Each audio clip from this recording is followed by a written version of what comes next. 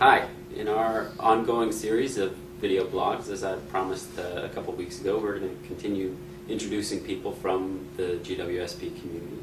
One of the wonderful gifts that I got when I came here was I got to end up being here at exactly the same time as a new member of our faculty, Professor Annamaria Lusardi. Professor Lusardi, nice to see you. Well, thank you.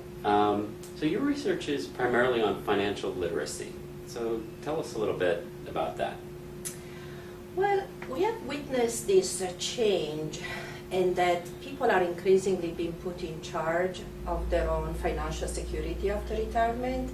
So for example, with the shift from defined benefit to defined contribution pension, people are now in charge of deciding how much to save and how to invest their retirement money. And while we have done this big change, we haven't really asked how much people are equipped to make those decisions. And so I started this research several years ago, really asking this simple question, but how much do people know about the basic of economics and finance to be able to make this important decision? And my finding, Doug, is that they don't seem to be really well equipped to make those decisions, as the financial crisis, I think, has shown. And so I think this raises important questions, both at the individual and at the macro level.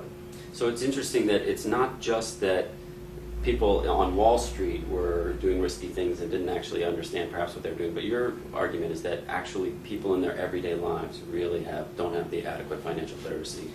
Absolutely, and I think we need to shift the attention as well to those people because, we have spent a lot of time thinking about the banking system, but we should also spend a little bit more of time of looking at these people who haven't been making good decisions, certainly about mortgages, potentially about how much they are borrowing, and also on how much they are saving and investing for their retirement. This is actually down the road, but we have witnessed already some of the mistakes or some of the problems in their everyday life. And I think it's really important that we focus a little bit more now on the consumer and the investor and not only on the financial industry. It's interesting also to think about the macro-micro linkages. I think about this with respect to China sometimes because China has such high savings rates, and I think people don't typically think that what people do in their households actually has an impact on the macro level economy, but it does, right? It does, absolutely, and I think we have seen and we see almost every day the macro consequences. For example, the fact that people, I think, had such little saving are now seen in the fact that people don't have really a buffer against the macro shock that hit them, and as a result, I think we are really seeing how a severe recession they wouldn't be, I think, if there were more saving.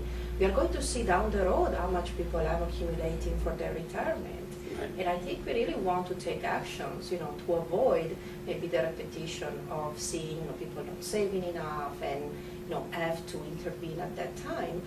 You need a good group of people, a good enough group of people that are, let's say, not saving properly or borrowing too much, and this can really have macro consequences on the instability of the financial markets or simply on the lack of participation in the financial markets.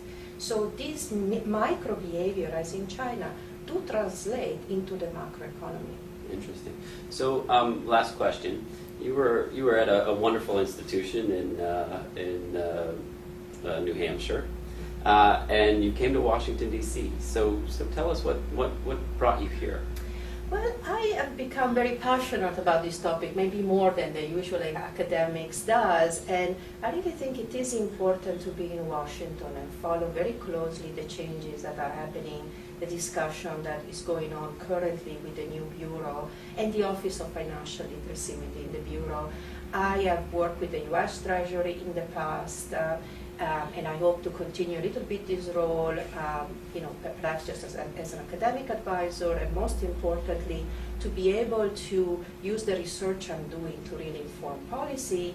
Last year, we collected a really important data set, which is called the National Financial Capability Survey, done with the financing of the FINRA Investor Education Foundation.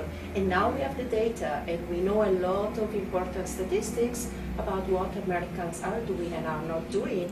And I just want to make sure that people in Washington hear that. Professor Lusardi, thanks for taking a few minutes of your time to introduce yourself to the community, and we're so glad that you're here. Thanks, Doug. It's very exciting to be here. Thank you.